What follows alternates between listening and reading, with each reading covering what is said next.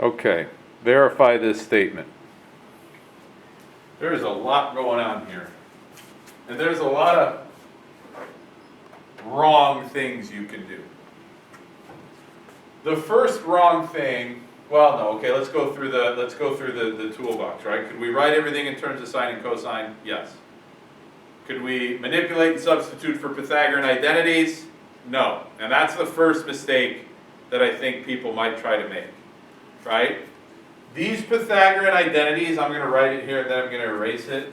These Pythagorean identities are very strict in what's allowed, right? Meaning, this is true. But if you're like, what is this true too? Like if I just, and then take the square root of 1, because the square root of 1 is 1, so no, wrong. This is not true, okay? So the reason I bring that up is because people may look at this and say, well, tangent squared plus 1 equals secant squared. If I just subtract this over here and take the square root, I'll call it 1. Doesn't work. Don't be that guy or gal, okay? Now, some people may look, so what have we said? Can you factor this? In some regards, it kind of already is factored, right? We have two binomials being multiplied together. So you can't factor anything away from here or here. There are no fractions right now. So if we're not factoring and there's no fractions and there's no squared terms, then really the only option is to write everything in terms of sine and cosine. If you chose to FOIL all of this and get secant x, cosecant x, and secant x, and if you chose to do that, okay. But here's one thing that I will say. If you're not going to do, if there's no squared terms, no fractions, no factoring, notice that there are 4 different trig terms in this one. And when you have the option of switching from 4 different trig terms to just 2, that's a step towards simplification. So writing everything in terms of sine or cosine isn't such a bad idea.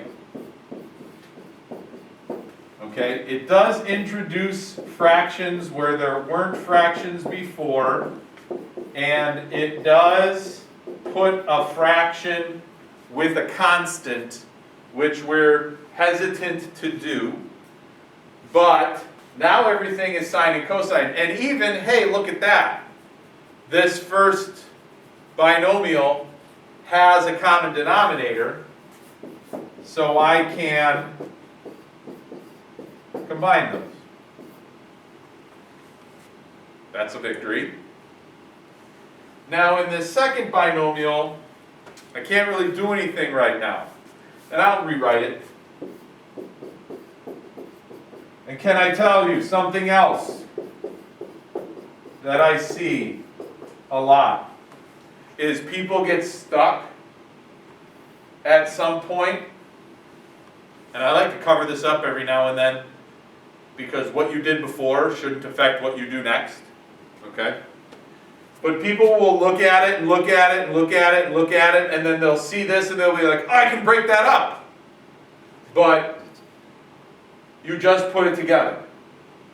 So you kind of twist yourself in a knot when you're staring at something for too long, and then you're like, but why don't I do this? Make sure you didn't already do something to make it look like that, okay? So now we're here.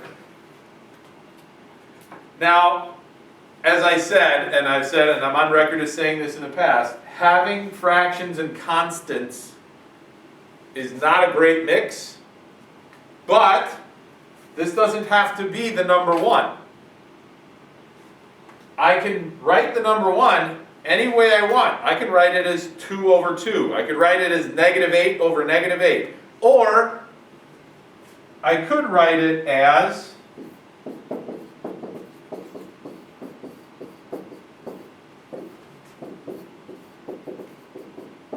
sine over sine. Because then it has the same denominator as this one.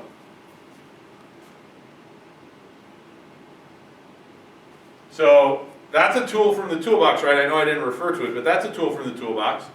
Write two fractions with a common denominator, or combine fractions with a common denominator. They didn't have a common denominator, but turning that constant 1 into a fraction, into any fraction I want, produced that common denominator for me. So now it looks like this.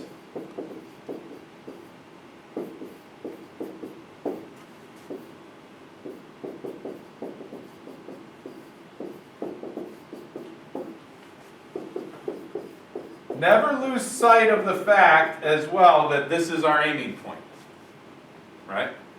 This is what we want to get. We want to turn this unholy mess into that. Never lose sight of that. So it helps from time to time to take a step back and say, how far away am I from getting to here, right? Ooh, I've got a sign on the bottom. So does that. So, all right, we're on the way there. Now what can I do? If the blinking light isn't in the back of your head going off right now, that's okay, because it's been a while since we've seen these.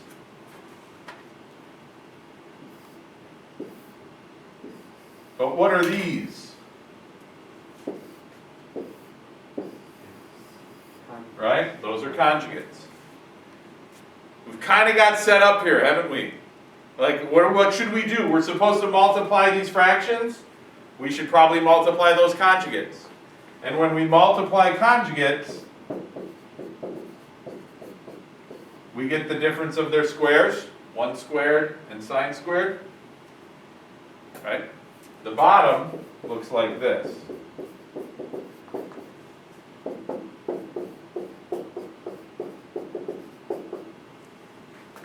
Now that's not in the toolbox, but all we did was multiply. I didn't pull a tool from the toolbox to get me from here to here. I just multiplied these together and I recognized that these are conjugates and they produce the difference of squares. And then again, take a step back, and that's why again I like this shade every now and then. Where'd you go? Because what happens is people get overwhelmed when they look at everything that they've done to get to that point, and then they're like, oh my God. But if you just look at this, and you have in the back of your mind the fact that you're trying to get this to look like that, look at how close we are now. We're even closer, right? I got to get rid of this somehow. Why does this have a cosine x on the top? Is there a way to get cosine x on the top up here, right? There certainly is. What is 1 minus sine squared? At this point, I shouldn't have to spell that one out for you, right? I shouldn't have to talk about going back into the toolbox at this point because you've seen so many squared terms, specifically sine squared terms, that you know 1 minus sine squared is equal to cosine squared.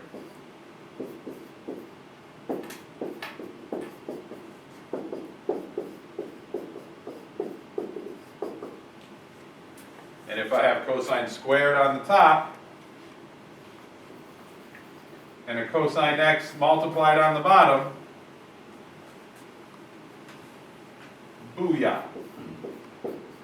Or should we put the mathematical form of booyah?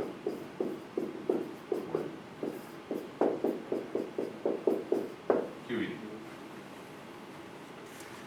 A lot going on there, and a lot of things you could do wrong. I don't want to show you all the things you could do wrong, but there's a lot, okay? Couple of pointers to take away from this one. Don't look at where you've been all the time necessarily. Just look at the left side and say, okay, what can I do now? Or if you're on the right side, what can I do now? Okay, what can I do now? Okay, what can I do now? Don't think about what you already did. Okay? This one worked out. It's gross, but hopefully challenging.